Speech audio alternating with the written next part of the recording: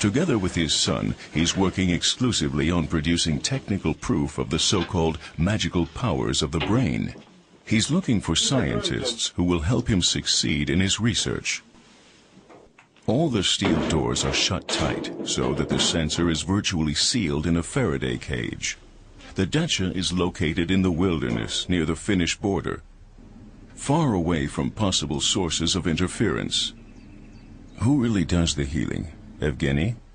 Or do the people heal themselves? Or is it God? What do you think? I can't really explain it. What does one really do when one heals? What does Evgeny do? Does he pray? We're atheists. We don't pray. We simply know the human organism radiates certain frequencies that can help other people.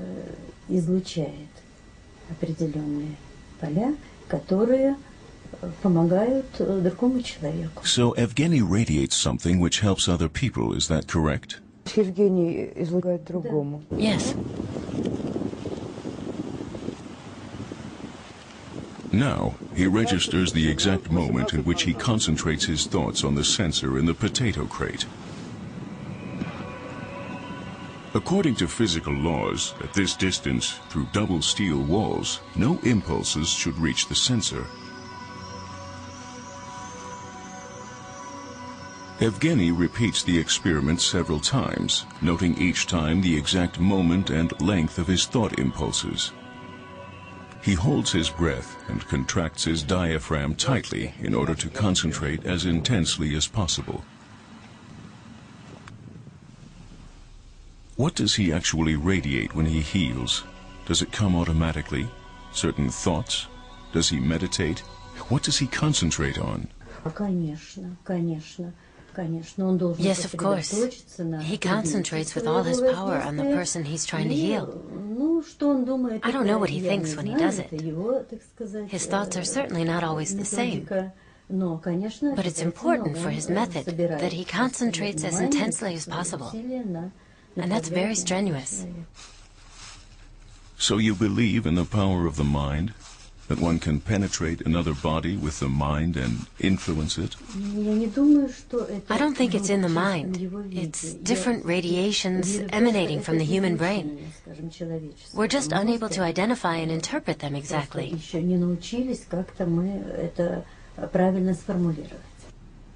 Maybe this house will go down in history as the birthplace of a bridge between shamanism and science. The computer gives Evgeny and his son Igor the proof they've been seeking for years. The temporal record of Evgeny's concentration work, the signals received by the sensor and registered by the computer, correspond exactly.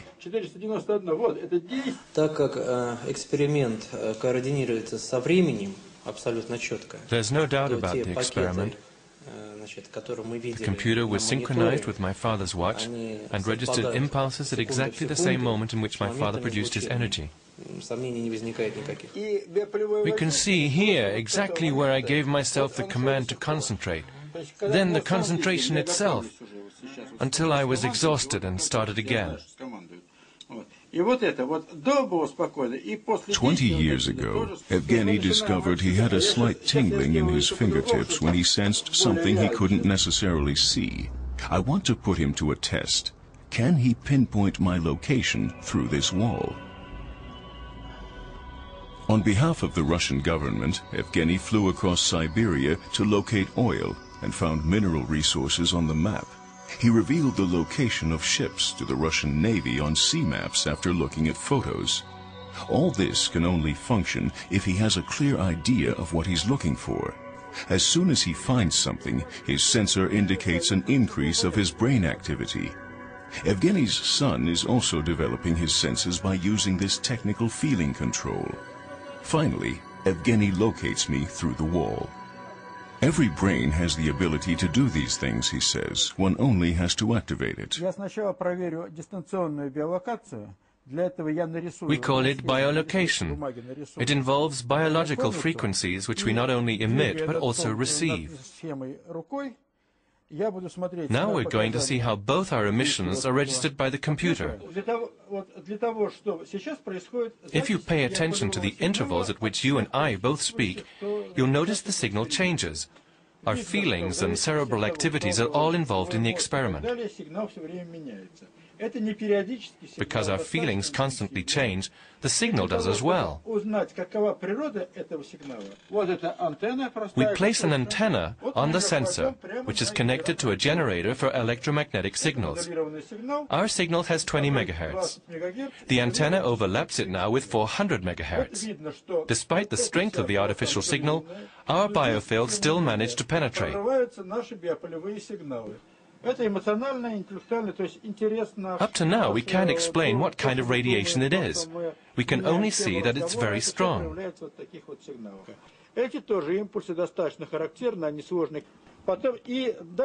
amplitude of the biofield is twice as high as that of the electromagnetic field.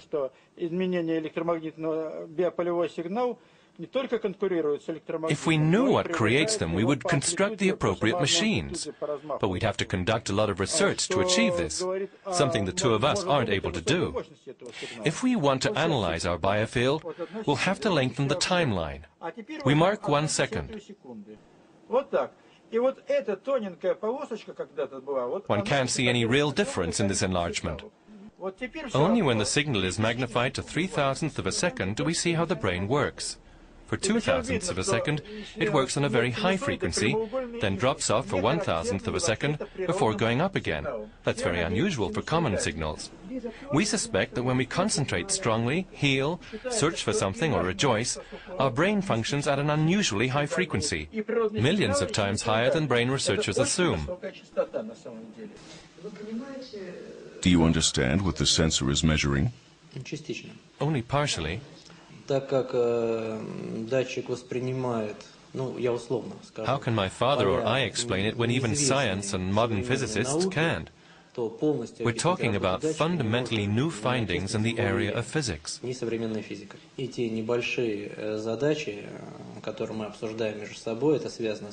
We believe our work concerning new research methods and a new type of medicine is only a small part of what the investigation of mental powers can mean for humanity.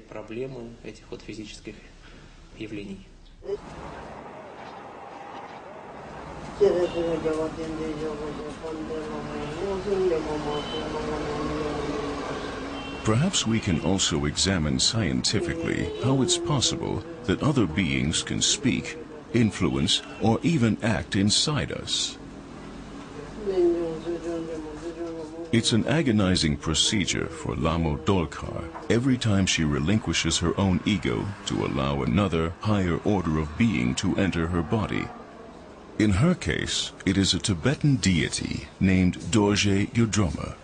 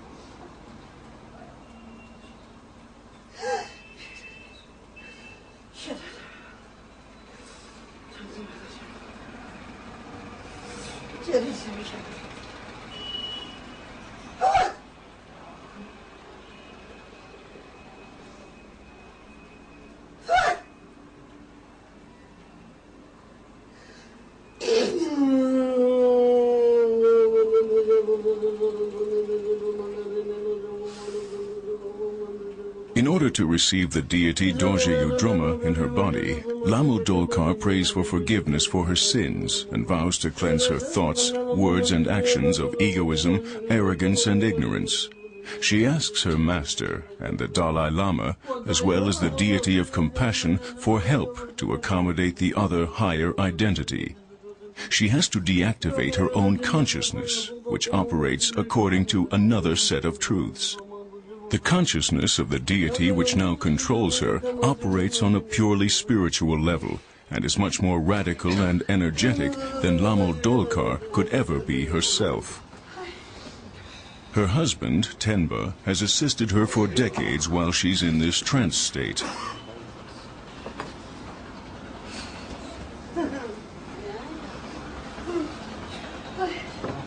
Now, the identity change from Lamo Dolkar to Dorje Yudruma has been completed. Yudruma wants to dress in a way befitting a deity. In pre-Buddhist times, Dorje Yudruma was a nameless mountain spirit. She was called by Padmasambhava, the founder of Tibetan Buddhism, into the pantheon of Buddha as a protector of the earth. Over the last several generations, Yudruma has been a goddess of refugees. In the present generation, when Lamo Dolkar was only 11 years old, Yudruma made her her personal medium in order to fulfill the Buddhist duty of helping humanity, but the young girl was ostracized and treated as a lunatic. It took decades before Lamo Dolkar was finally recognized as the incarnation of the salutary Yudruma. On December 17, 1992, the Dalai Lama certified that she is the official incarnation of Dorje Yudruma, who he called a shamanic manifestation of cosmic powers. It is said that since she was blessed and recognized by the Dalai Lama, she has become much more serene and conciliatory as Yudruma. Yet many still fear her, for she often openly condemns the iniquities of her patients, things which should remain secret. Lamo Dolkar, or better Yudruma, treats nearly all illnesses, physical, psychic and spiritual problems.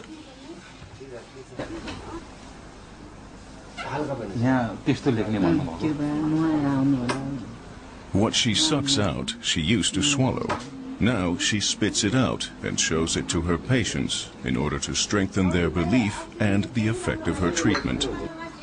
Usually, one treatment is enough, for which a donation of 50 Nepalese rupees, or about €1, is usually made.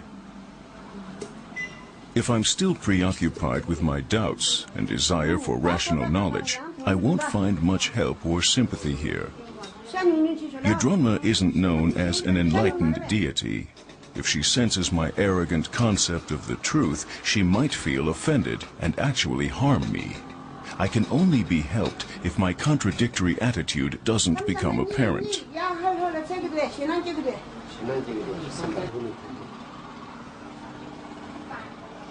The next patient complains of back pain. Although the shaman only treats him with a dull kitchen knife, she apparently sucks something out of him. This even happens when she treats patients over the telephone. Just like with the Philippine surgeons, this treatment is also a depiction of spiritual work being carried out on the patient. Why did you argue with your neighbor? Don't do that anymore. Go and apologize.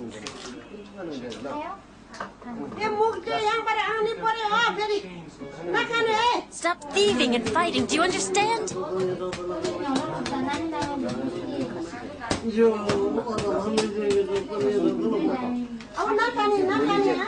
Obey your mother. Now it's my turn. I hope she's more gentle with me. I had an operation here, and since then wasn't here. A year and a half ago, I had a meniscus operation. Since then, I've repeatedly experienced strong pain in my knee. Loose, keep it loose.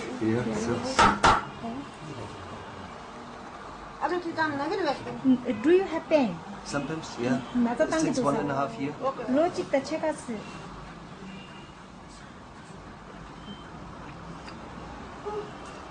This pain is more acute than any I had before.